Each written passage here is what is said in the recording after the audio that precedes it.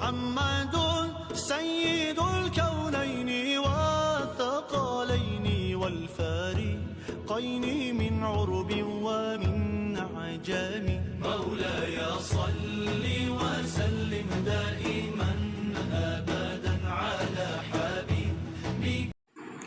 آپ صلی اللہ علیہ وسلم نے وحی کے رک جانے کے زمانے کے حالات بیان فرماتے ہوئے کہا کہ ایک روز میں چلا جا رہا تھا کہ اچانک میں نے آسمان کی طرف ایک آواز سنی اور میں نے اپنا سر آسمان کی طرف اٹھایا.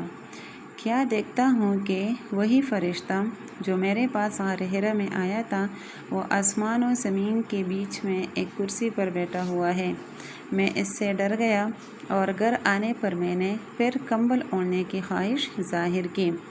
اس وقت اللہ پاک کی طرف سے یہ آیات نازل ہوئی: اے لحاف اوڑھ کر لیٹنے والے، اٹھ کھڑا ہو اور لوگوں کو عذاب الہی سے ڈرا، اور اپنے رب کی بڑائی بیان کر، اور اپنے کپڑوں کو پاک صاف رکھ اور گندگی سے دور رہ. اس کے بعد وہی تیزی کے ساتھ پے در پہ آنے لگی. اس حدیث کو یحییٰ بن بکیر کے علاوہ لیث بن سعد سے عبداللہ بن یوسف اور ابو صالح نے بھی روایت کیا ہے، اور عقیل کے علاوہ زہری سے ہلال بن رداد نے بھی روایت کیا ہے. حدیث نمبر 5.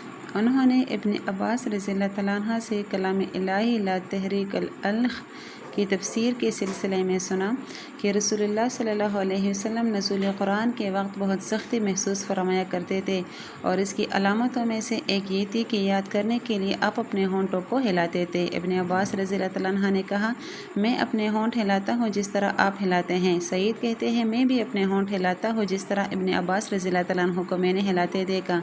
پھر انہوں نے اپنے ہونٹ ہلائے. پھر یہ آیت اتری کہ اے محمد، قرآن کو جلد جلد یاد کرنے کے لیے اپنی زبان نہ ہلاؤ، اس کا جمع کر دینا اور پڑھا دینا ہمارے ذمہ ہے.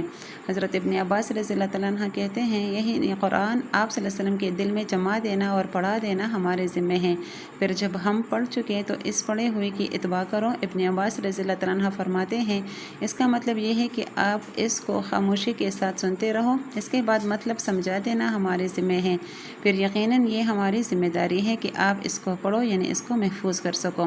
چنانچہ اس کے بعد جب آپ کے پاس حضرت جبریل علیہ السلام وحی لے کر آتے تو آپ توجہ سے سنتے. جب وہ چلے جاتے تو رسول اللہ صلی اللہ علیہ وسلم اس وحی کو اسی طرح پڑھتے جس طرح حضرت جبریل